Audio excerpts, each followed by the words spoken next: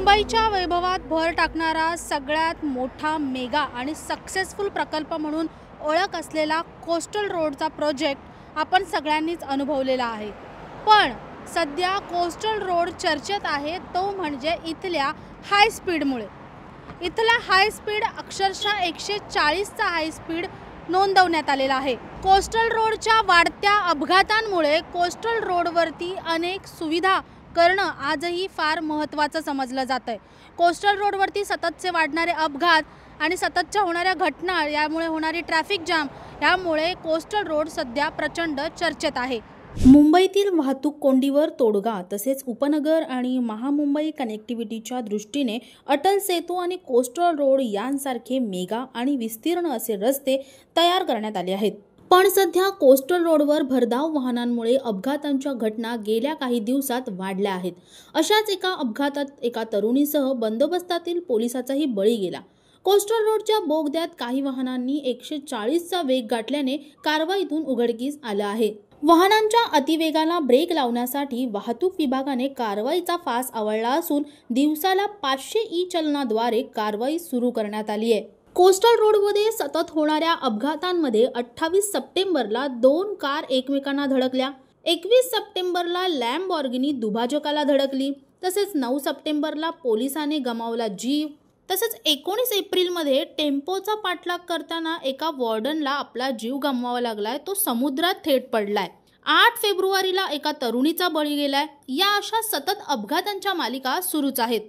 आतापर्यंत 1 कोटीहून अधिक वाहनांनी या कोस्टल रोडवरून प्रवास केलेला आहे। या कोस्टल रोडची लांबी 10.8 किलोमीटर आहे। एकूण अंतरमार्गिकेचा विचार केला तर 18 किलोमीटरचा हा पट्टा आहे। भूमिगत जुळे 2 बोगदे आहेत, तसेच खुली हरित जागा असते ज्याला 70 हेक्टरचा असा ओपन स्पेस आहे आणि सागरी संरक्षण भिंत म्हणतात ती साधारण 7 किलोमीटरची आहे। पाहायला गेलं तर प्रीमेड 7.50 किलोमीटरचा आहे। एकूण CCTV या कोस्टल रोडवरती 236 आहेत।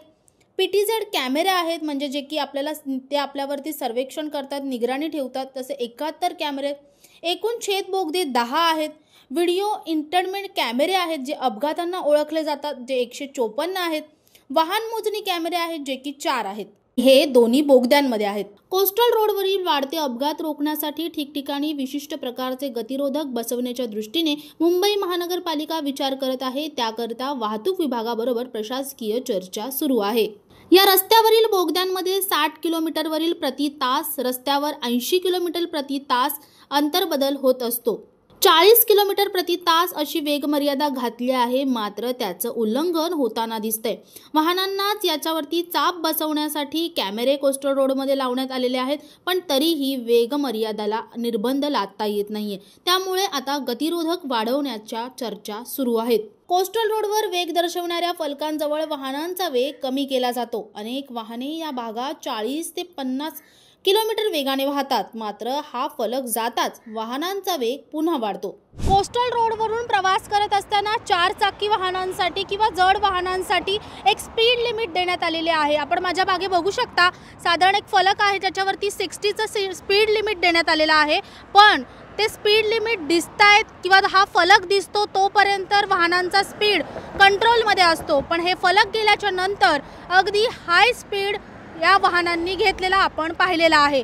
यामुळेच कदाचित अपघातांची मालिका सतत कोस्टल रोडवरती होत असते। कोस्टल रोडवर भरधाव वाहने चालवणे सुरूच आहे। पालिकेने येथे वेग मोजणारी यंत्रणा बसवली असून भरधाव वाहनांना चलनाद्वारे दंड आकारला जातो। त्यामुळे काही चालक शिस्तीत असतात, मात्र अजूनही वाहनांचा वेग कमी होत नसल्याचं चित्र पाहायला मिळतंय। वेगमर्यादेचे उल्लंघन करून वाहनं 80 किलोमीटर प्रति तास ऐवजी 100 ते 120 किलोमीटर प्रति तास वेगाने चालवत असल्याचं पाहायला मिळतं। मुंबईतील वाहतूक कोंडीवर तोडगा म्हणून हा कोस्टल रोड काढण्यात आला, पण यामुळे प्रवास जलद झाला जरी असला तरी वाहनांच्या सुसाट वेगामुळे हे रस्ते जणू रेसिंग ट्रॅकच बनला आहे। अनेक वेळा कोस्टल रोड असू देत किंवा अटल सेतूवरून वेगाचा थरार आपण अनुभवलेला आहे, मात्र अशा वेगवान ड्रायव्हिंग दरम्यान वाहनांवरील नियंत्रण सुटल्याने मोठे अपघात घडत आहेत। त्यामुळे या रस्त्यांवर वाहतूक पोलिसांनी आणि RTOने नियमांची कडक अंमलबजावणी करणं अत्यावश्यक आहे।